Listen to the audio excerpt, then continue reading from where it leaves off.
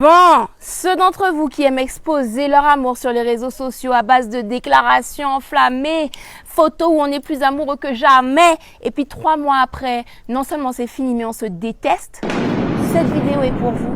Parce qu'on va aborder le véritable amour, celui qui a toute épreuve, qui dure dans le temps et surtout qui surpasse les difficultés.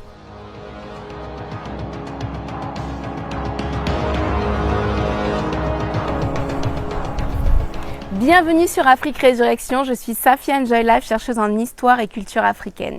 Alors comme chaque année, certains d'entre vous se sentent concernés par la fête des amoureux. Aujourd'hui, notre sujet, c'est un couple à toute épreuve. Il s'agit de Hélène et William Craft qui ont vécu au 19e siècle. Ils sont tous deux nés esclaves dans des plantations, donc ils n'ont connu que le travail au champ. Et pour leur chance, au milieu de l'horreur de l'esclavage, eh bien, ils se sont aimés. Ils sont tombés amoureux très jeunes, vers l'adolescence.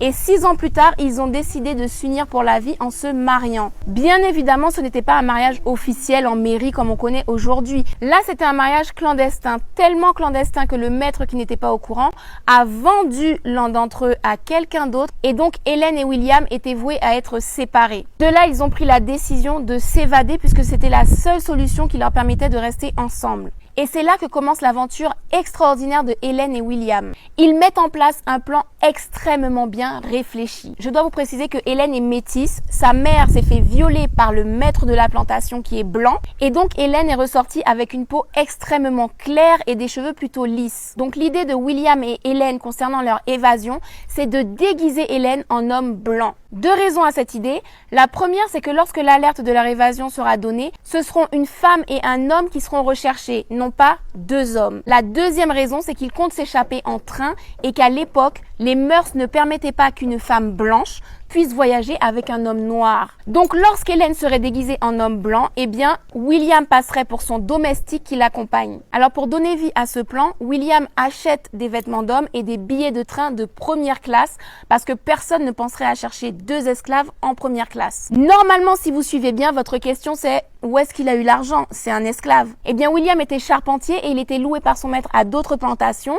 Donc il a réussi à mettre quelques sous de côté en cachette. Le jour J arrive, ils s'échappent de la plantation, ils prennent le train en première classe. Et pour ne pas qu'on remarque qu'Hélène est une femme, elle porte un chapeau qui masque une partie de son visage et elle porte également un bandage autour de la mâchoire pour encore plus de sécurité. Cette évasion a lieu vers 1838 et malgré qu'ils soient les évadés les plus recherchés de toute l'Amérique, ils réussissent à traverser des milliers de kilomètres en train et même à rejoindre le Canada où là, ils peuvent enfin vivre libres. Alors William et Hélène ont tellement peur de se faire capturer au Canada et ramener aux États-Unis dans leur plantation qu'ils décident de traverser l'Atlantique pour rejoindre l'Angleterre et s'éloigner à tout jamais de cet esclavage. William et Hélène réussissent à se réfugier en Angleterre où ils vivent plus de 20 ans.